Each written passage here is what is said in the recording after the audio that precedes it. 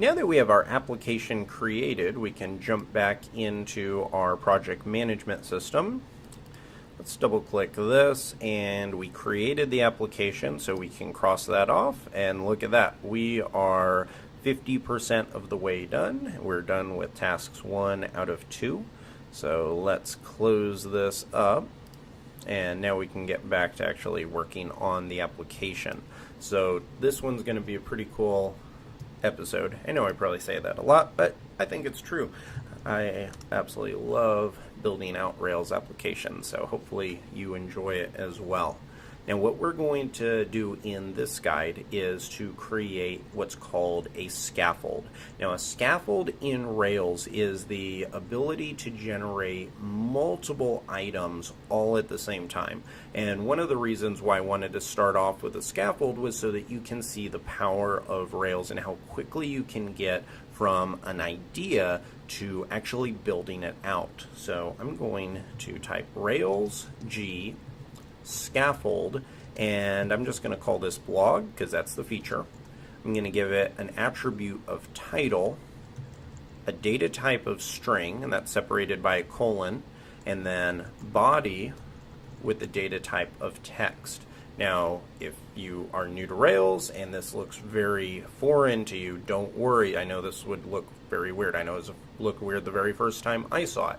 The way that generators work in Rails, specifically the scaffold generator, is 1, you give the name Rails, followed by G for generator, scaffold so that Rails knows what type of generator we're doing, blog, because that is the name of the feature we're wanting, and the order of these are all very important. If you were to swap one of these out and put it in front of the other one, this would not work. So it has to be Rails G or Rails generator, scaffold, and then the name of the feature, followed by as many attributes and their data types as you want. So what this means is that we have title of a data type string, and so we're going to have a title attribute, and its data type is going to be of the string data type. This means that it's going to have a maximum number of characters of, I believe, 156 characters.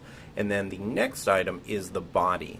Now the body we gave a data type of text, which means that it can have not infinite, because there's no real such thing as infinite, but it can have a astronomically large amount of text in there, so you don't have to worry about writing a blog post that's too long or anything like that.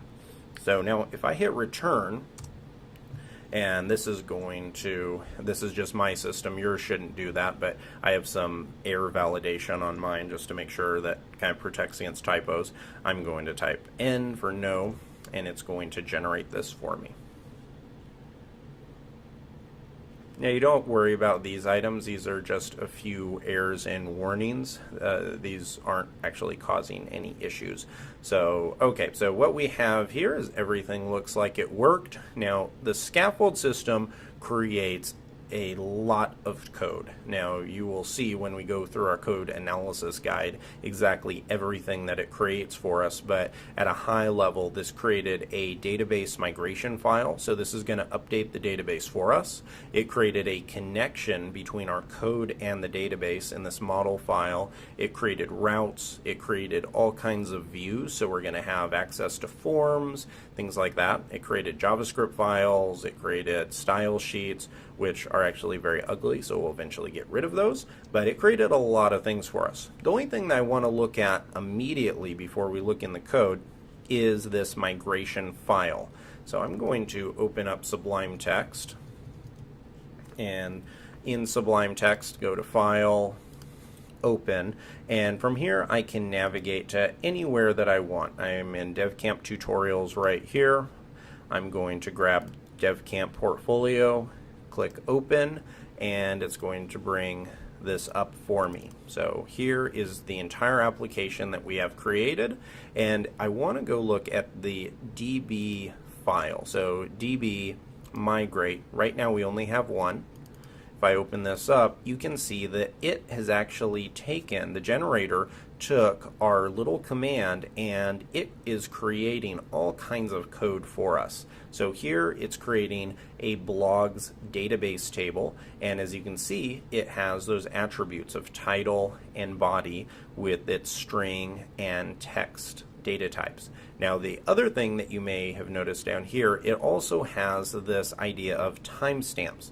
Now timestamps are something that we'll look through and I'll show you what they actually represent, but by default Rails gives you some very cool timestamps so that you can know whenever you create a new blog. So say that you write a blog, you hit save, it will go and create that blog for you.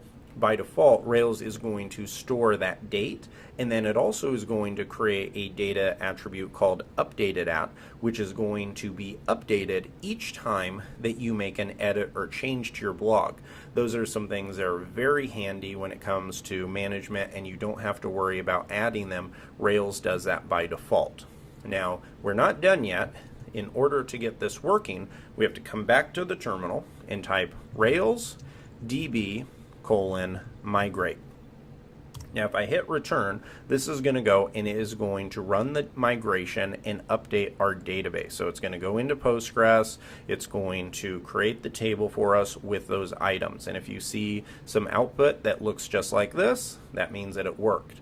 Now to just triple check to make sure it worked, you can go into Sublime Text, go into your database file. This is going to be your database schema file. So if you click DB schema, now you can see right here that we have, this is essentially your record of what your database looks like. Now a very important thing to understand, and it even says it here in the comments right here, it says it's strongly recommended that you check this file in your versions control system, and you should never change this file. It is so rare that you would ever want to change this file. Think of this just as a point of reference for you. So this is the file you can look at to see what tables that you have in your application, what their data type is, what their name is. That's really all that you need to worry about. And I do reference my schema file constantly, but it's simply to look things up. So this means that everything is working.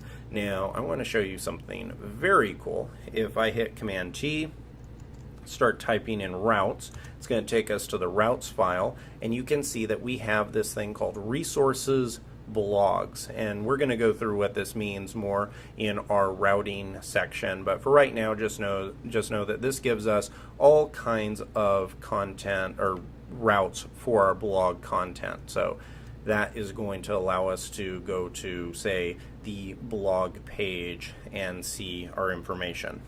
So if I type in Rails S, this is all working, and now let's open the site up. But instead of just going to the home page, go to /blogs,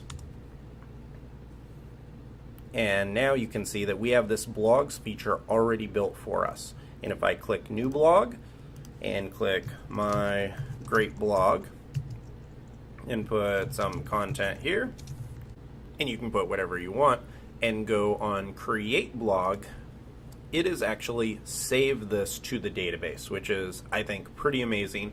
It even comes with our little notifications here to let us know that the blog was successfully created.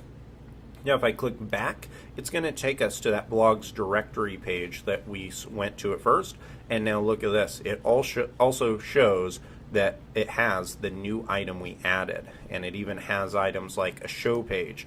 This would be like the blog page you would go to on a regular blog, and it has the ability to edit the blog. So I could change my great blog to my great post, or my great blog post. Hit update blog, that's been updated. If I hit back, it's been updated right here. So this is all saved in the database. So hopefully, especially if you come from another programming language or framework, then you can see that this was astronomically faster than having to do all of this from scratch. And this is something that is very attractive to many developers because it allows you to very quickly prototype applications and build out functionality that usually would take days or even weeks to build out. If you had to build out just this basic CRUD functionality in Java, especially if you have limited experience with Java, then this would have taken you weeks to create. But instead, with this type of system in place, you were able to create it just in minutes. And the reason I wanted to start off with scaffolds was not just because it was nice and fast and just so you could get a feel for it, but also because of what a scaffold creates. It's essentially touched every part of the application. So in the next guide, we're going to walk through what that actually looks like. So we're going to go and analyze the file system and everything that the scaffold created for us so that you have a good idea on how it works. Because I don't want you to think that what we did here is magic. Instead, I want to dive deep into it and see, okay, what exactly is happening when I click this show link, and how did it get this backlink, and what are all those things doing, and how does it have the ability to destroy, and how does it have the ability to have this little JavaScript notification that hits OK and then removes it and clears that from the database. I want to really go into how all of that works so that you have a better understanding, one, for when you're building up from scratch, but also because if you can understand everything that the Rails scaffolding system does, you're going to be way ahead of the game on understanding how Rails works.